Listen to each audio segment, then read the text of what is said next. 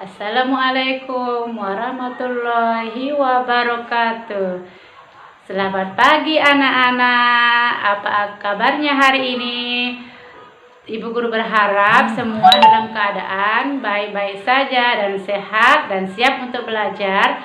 Hari ini kita akan belajar bersama-sama untuk pelajaran tematik kelas 4.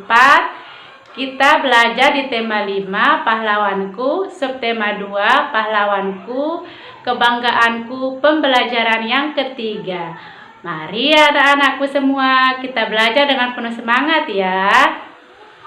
Indonesia memiliki pahlawan yang sangat membanggakan. Mereka berjuang untuk membantu orang lain. Kira-kira pahlawan siapa ya hari ini yang akan kita pelajari? Yuk kita cari tahu bersama-sama. Selain membantu orang lain, kerjasama adalah hal baik yang harus kita lakukan dalam kehidupan sehari-hari. Kini saatnya kamu dan teman-temanmu bekerja sama untuk membuat loop atau kaca pembesar. Kaca pembesar ini dapat digunakan untuk membantu melihat objek yang sangat kecil. Misalnya untuk membantu pekerjaan tukang jam ya. Kalian sudah pasti melihat tukang jam membuat benda-benda kecil itu bisa dilihat menjadi besar. Nah, anak-anakku semua, cara membuat loop atau kaca pembesar sederhana. Kalian bisa membuat loop ini dengan benda-benda yang ada di sekitar kita.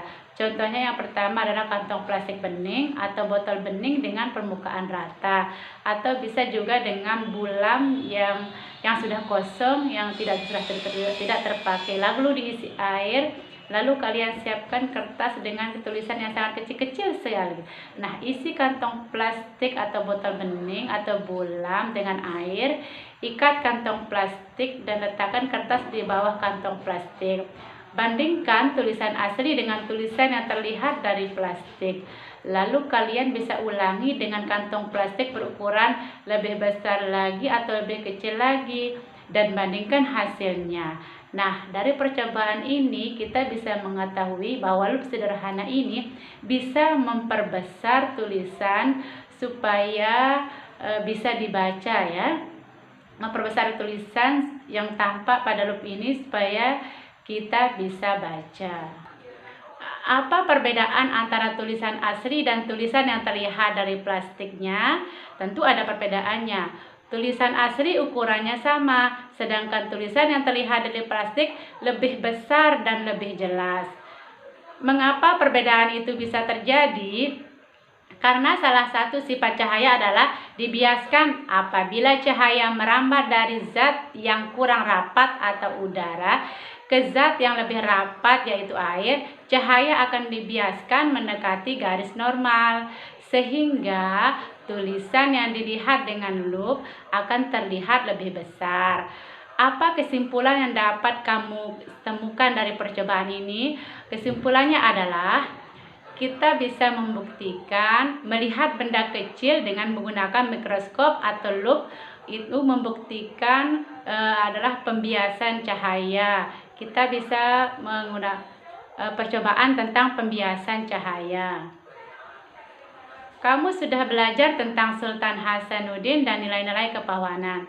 Kamu sekarang akan belajar nilai-nilai kepahlawanan dari Sultan Mataram, yaitu Sultan Agung. Nah, Sultan Agung ini memiliki peninggalan dalam bidang budaya, yaitu seni dan kalender Jawa. Peninggalan beliau ini mewarnai budaya masyarakat Jawa. Jadi kemarin kita sudah belajar tentang Sultan Hasanuddin. Sekarang kita akan belajar tentang Sultan Mataram, yaitu Sultan Agung. Nah, siapa Sultan Agung ini? Dalam bacaan ini ada Sultan Agung adalah Sultan besar.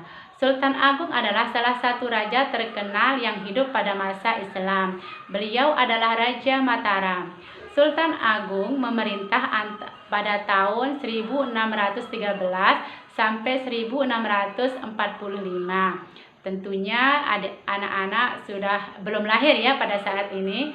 Di bawah kepemimpinannya, Mataram berkembang menjadi kerajaan besar di Jawa dan Nusantara pada saat itu. Selain dikenal gigih melawan Belanda, Sultan Agung juga diketahui sebagai budayawan. Sultan Agung memberi perhatian besar pada kebudayaan Mataram. Beliau memadukan kalender Hijriah yang dipakai di pesisir utara dengan kalender Saka yang masih dipakai di pedalaman. Sultan Agung juga dikenal sebagai penulis naskah sastra Gending. Sultan Agung menetapkan bahasa Bagongan sebagai bahasa yang harus digunakan oleh bangsawan dan pejabat di lingkungan keraton untuk menghilangkan kesenjangan. Jadi, apa yang akan kita ketahui tentang Sultan Agung? Sultan Agung adalah salah satu raja terkenal yang hidup di masa Islam.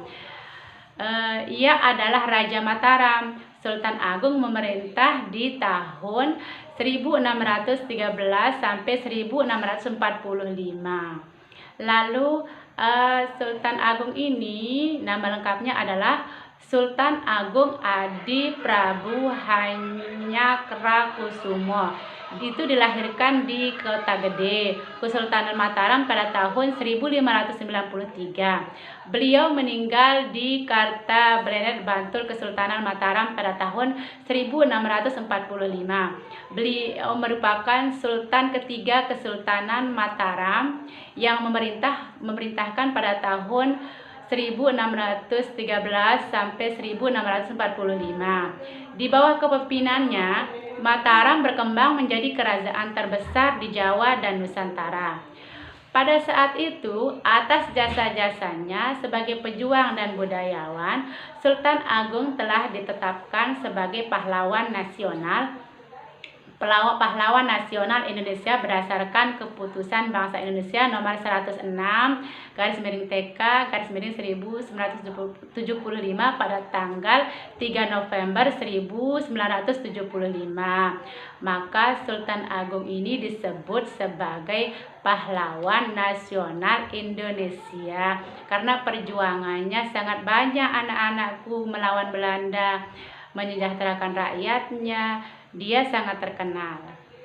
Begitulah tadi pembahasan kita di tema 5, subtema 2, pembelajaran yang ketiga. Semoga video pembelajaran ini bermanfaat bagi anak-anakku semua. Sampai jumpa lagi anak-anakku. Assalamualaikum warahmatullahi wabarakatuh.